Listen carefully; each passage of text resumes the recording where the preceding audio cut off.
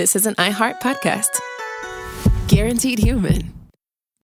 NFL Draft is where hard work pays off and where the real work begins.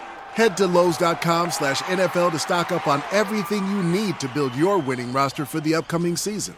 Like Craftsman Outdoor Power Equipment, Scott's Mulch and Soil, and so much more. It's never too early to earn your Sunday with Lowe's. You know how it's never really about where you're going, it's about who you're going with? The right people can turn any drive into a great memory. That's something Toyota really believes. They design vehicles around real life and real people, the ones who make plans happen and bring everyone together. Inside, everything's built with passengers in mind. Comfortable seating, smart layouts, and space that actually works so everyone can relax and enjoy the ride. There's room for the people, room for the stuff, and room for the moments that happen along the way. Because when people are the destination, your ride is important. Learn more at Toyota.com and find the vehicle that fits your people.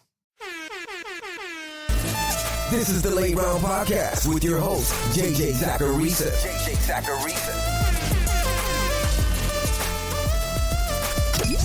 What's up, everyone? It's JJ Zacharisa, in this episode 1094 of the Late Round Fantasy Football Podcast. Thanks for tuning in. So as you guys know, I published the Late Round Prospect Guide last month. And if you read that guide, then you know that I changed up the ZAP score scaling. I even talked about that on a recent Mailbag episode. The new scale works a whole lot better to give you an idea of where gaps occur from prospect to prospect. However, I'm getting a lot of feedback from people about interpreting the scores from before and then now. As in, if a player has a score of 80 right now, what would that score have been in the older guides, in the ZAP 1.0 scoring?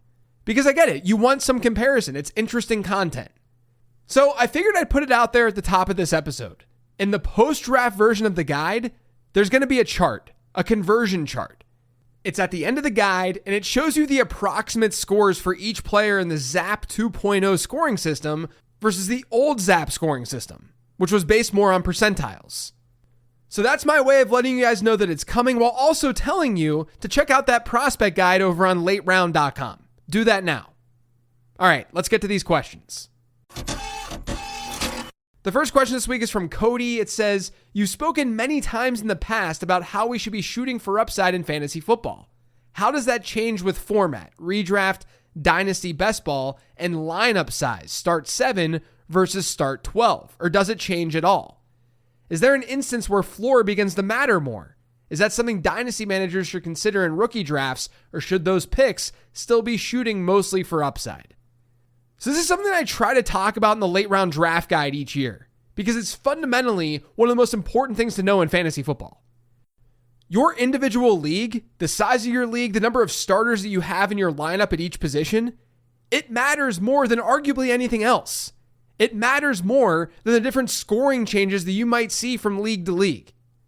I care far more about the number of wide receivers and running backs that I'm starting compared to whether it's full or half PPR.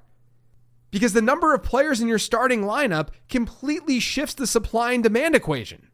Before I get into that though, I do want to take a second to talk about floor and ceiling. There are a lot of ways to interpret that.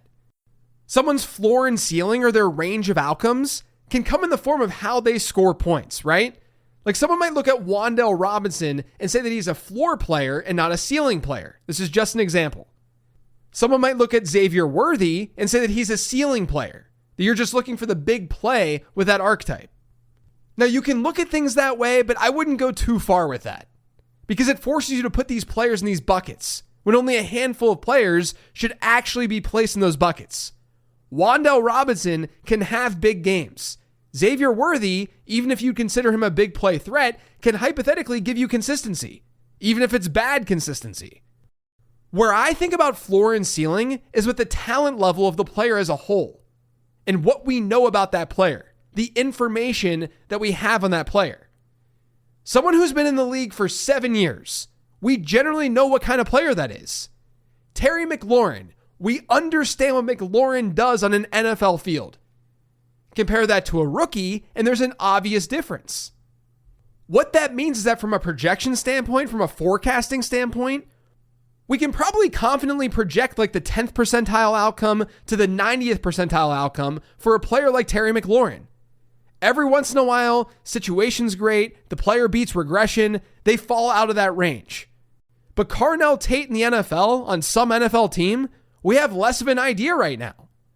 We might be better at projecting just like the 40th to 60th percentile outcomes for someone like Carnell Tate. Ambiguity is often what's driving our floor and ceiling conversations. Archetype does too, and play style, all that stuff. But to me, so much of the discussion starts with how much information we have on this player. When we have little information on a player, I found that it's often advantageous to draft that player in fantasy football because the market reflects the lack of that information. It's why historically, even though it hasn't been the case quite as much recently, but historically, rookies have been good bets in fantasy football, not bad ones. That's because the market is afraid. They don't want to draft the unknown. Another good example of this is with middle round running backs. Guys who go in that like round 6 to round 9 range. Middle round running backs who have good previous season production, they actually perform worse than middle round running backs who had bad previous season production. Now, why would that be the case? Well, because think about it. If a middle round running back is coming off of a good season, but he's still being drafted in the middle rounds, the market is telling you that something is off. Meanwhile, a player who didn't have a great previous season, but he's still being drafted in the middle rounds, that's also telling you that the market is bullish about something. This is a generalization too. There's a lot more nuance to this, but you get the idea. Drafters like comfort. They like what's known. And sometimes that's a great idea. Sometimes it's not. And that leads me to this question.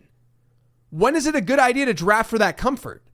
I'd argue when leagues are larger and when lineup sizes are larger. Because in a shallow league, let's say it's a 12-team league where you start 1 quarterback, 1 running back, 2 wide receivers, and 1 tight end. No flex spot. You need that upside. Your fantasy lineup is dependent on 5 players. That's it, just 5 guys. You absolutely need some league-winning players in there. You can't have a bunch of Terry McLaurins, more than likely. Which means you have to take shots on some of those ambiguous range of outcome players. The rookies, the guys who maybe switch teams, we don't know what they're going to look like on their new team. The mobile quarterbacks who maybe have questionable passing profiles. Now, I'd argue that in most leagues, that's the direction that you should go in. Because there's only one winner in fantasy football. But it's also a preference. I don't think it's the only way to win. Now, on the flip side, pretend you're in a league where you start 3 quarterbacks. I always like going to these extreme hypotheticals to drive home a point. But imagine it's a 10-team league with 3 quarterbacks being started per team. Not only is that going to drive the price for quarterback way up, but because you need more, you're probably not going to risk taking on more of those questionable players because it's going to be much more difficult to make up for that mistake. In a shallow league with 5 starting lineup spots, if you miss, you can fix that mistake. In a league where demand for those positions is so high, it's a lot harder to make up for that mistake. So instead, you might go after the boring quarterbacks, the ones I always tell you guys to avoid in single quarterback leagues, the Jared Goffs of the world. In a single quarterback league, he's not really that valuable. When you can fall back on something like streaming, especially with shallower benches.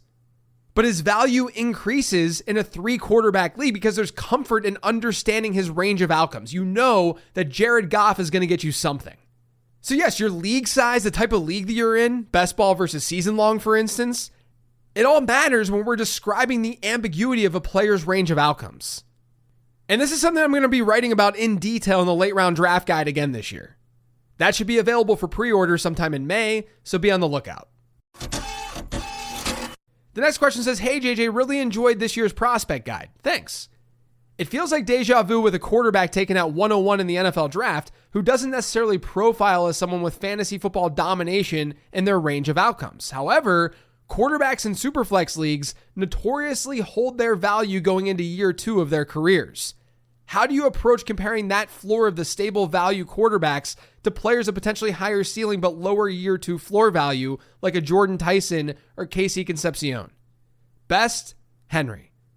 So I think this is one of the hardest things for me in the rookie rankings this year. In the prospect guide, I thought, yeah, Mendoza is definitely the 102.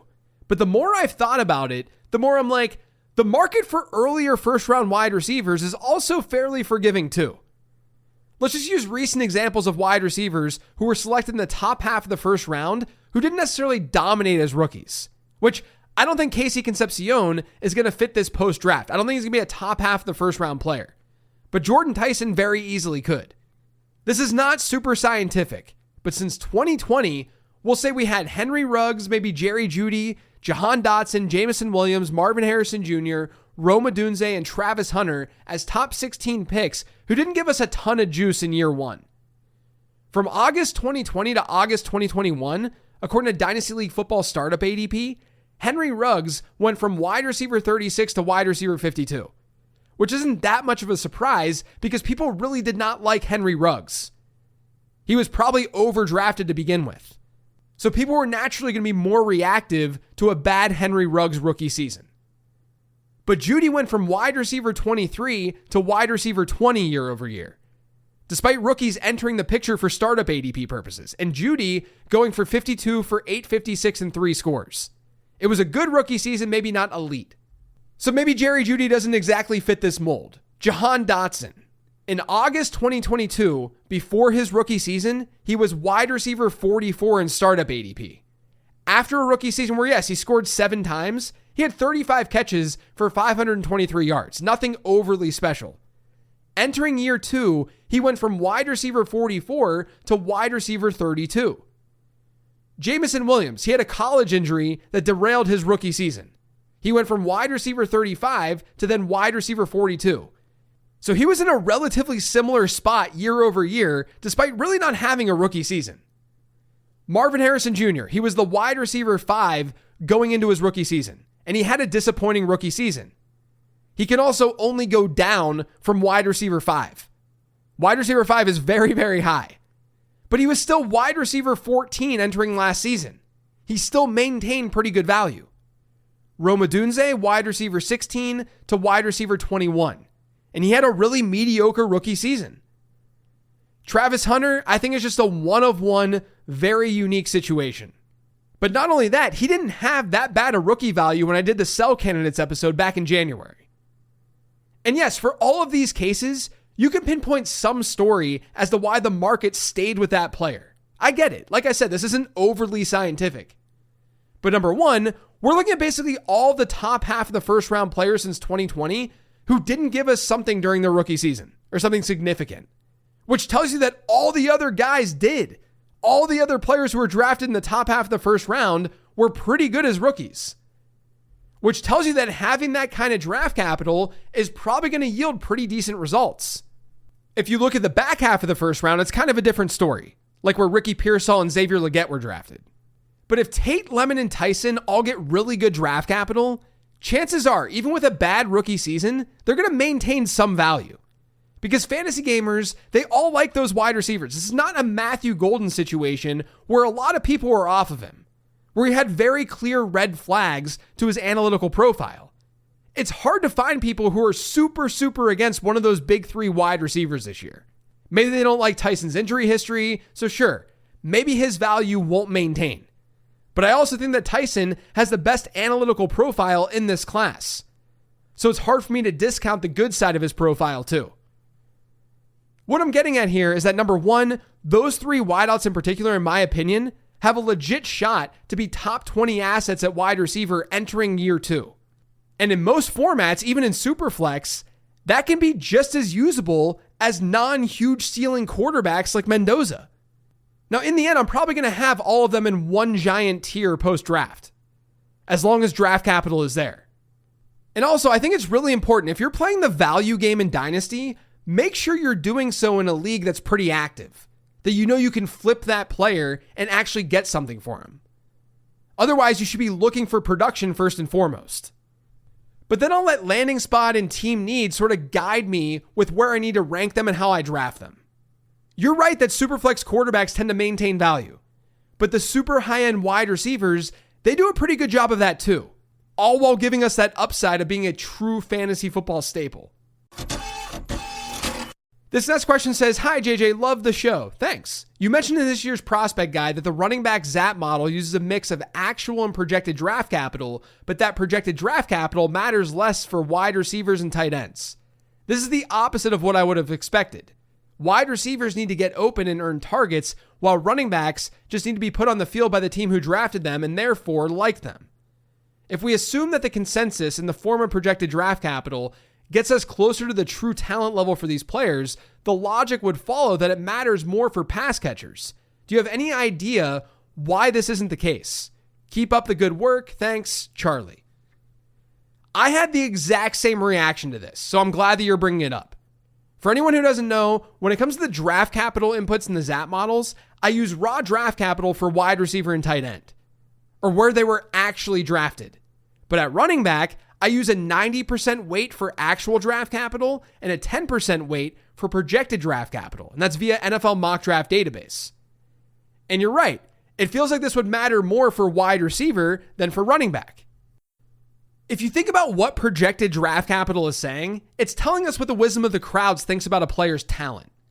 Actual draft capital, it tells us player talent, but is doing so from just one single team's perspective. When thinking about consensus mock draft data, it's going to center around just the players that analysts like best. Like individual mocks, they're going to prefer one guy in one landing spot or another guy in another landing spot. But when it's compiled together, you don't get that much nuance. You just get a set of talent rankings, essentially. And at running back, that's likely going to be compiled in a way where the top running backs by projected draft capital are more of the every down potential bell cow backs. But NFL teams don't necessarily operate that way when they pick running backs. Sometimes they just want the pass catcher who can play special teams. Not on day 1 or day 2, but more on day 3. You see that as well at wide receiver. But we get a lot more day 1 and day 2 picks at wide receiver, where teams are just going to try their best to get the most productive guys they can possibly get, even if they're mostly slot or mostly outside or mostly deep threats. And that's really the key difference here. At wide receiver, when a team drafts a player early, they're usually just trying to get a good wide receiver. Draft capital there ends up being pretty clean from a signal perspective of both talent and expected opportunity. So when we use actual draft capital in the model, we're already capturing most of what we care about. At running back, it's not quite the same. Teams aren't always drafting running backs to find the best running back. They're often drafting for a role, for a roster need, or because of how that board fell. So actual draft capital at running back can be a little bit noisier when it comes to what we're trying to actually predict, which is fantasy production over the first few seasons. That's where projected draft capital can help. It's not replacing what teams are telling us. It's just adding a small layer of what the broader market thought about the player before team-specific decisions got involved. And the fact that it only matters at like a 10% weight kind of says it all. Draft capital is still driving the bus. But at running back, that little bit of consensus, it helps clean things up just enough to improve the signal. At wide receiver, draft capital is already doing that job, so there's really nothing to fix. That's how I'd explain it, at least. I don't think it's amazingly intuitive.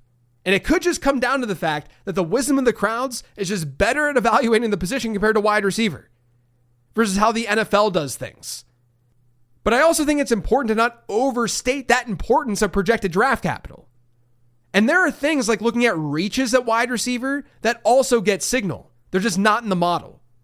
I'll be talking about that in the guide post-draft. The last question this week is from Twitter. It's from @Darren_Feather. It says, "This may be the most novice question ever, and I'm embarrassed to ask it, but can you explain stacking for me? I genuinely don't understand how or why it's so valuable. What statistical advantages do you get from stacking a quarterback with a wide receiver or tight end, and how does that work?" Look, I think it's important to bring up topics like this every once in a while on the show because everyone's at a different part of their fantasy football journey. Some people are newer. I think with a question like this one, it can't hurt to talk about it, especially this time of year where things are a little bit slower. But stacking is a strategy that people use to reach a ceiling outcome. When a quarterback throws a touchdown to a wide receiver and you have both of those players, you're benefiting from that outcome. You're scoring points for that throw and the catch and all the yards that go along with it. Now, obviously, that can also not happen. A quarterback has a terrible game, and you have that quarterback and wide receiver. That wide receiver is going to struggle to be relevant if the quarterback only throws for 120 yards. That's why it's a more volatile approach. But people use it for ceiling purposes because obviously the ceiling would be there too. When it comes to a game like daily fantasy, stacking is necessary because you're really shooting for more of those ceiling outcomes. It's not a 1 versus 1 game. You're trying to beat thousands of lineups in a tournament. You want that upside. When it comes to best ball, stacking is important because you still want that single week upside, yes. But there's also yearly upside too. If you draft a quarterback and you pair him with a wide receiver or his wide receiver, if that quarterback has a really good season, chances are his wide receiver, he could have a pretty good season too. So they're both beating their average draft position expectation, their average cost. That goes a long way to gaining value with that lineup and then winning. In your regular redraft league, stacking is fine, but it's not as necessary because regular managed season-long leagues is a 1 versus 1 game. You have a 50% chance to win in a single matchup. You don't need to necessarily shoot for that upside in the exact same way. Now, people sometimes like to stack because it gives them a little bit more season-long upside, and they like that higher variance approach. But compared to other structures, it's not as necessary in regular season-long. So you can stack a quarterback with any position. Most do it with wide receivers and tight ends, but there's validity to doing it with running back too. Especially from the standpoint of capturing an offense and hoping that that's the offense that really outperforms expectation this year. But don't think that stacking is an absolutely necessary thing to do in your typical fantasy league. It's not. Because when you do that, and when you think that it's the thing that you have to do, that can lead to suboptimal choices because you're just forcing it at that point. That's it for today's show, though. Thanks to all of you for listening. If you yet subscribed to the Late Round Fantasy Football Podcast, make sure you are by searching for it pretty much anywhere podcasts can be found. And don't forget to follow me on Twitter and on Blue Sky at Late Round QB. Thanks for listening this week, everyone. I greatly appreciate it. It feels good to be back after that week-long vacation. But we got the NFL Draft next week. There's lots of new content coming your way, including that updated prospect guide next Saturday. I'll talk to you guys early in the week.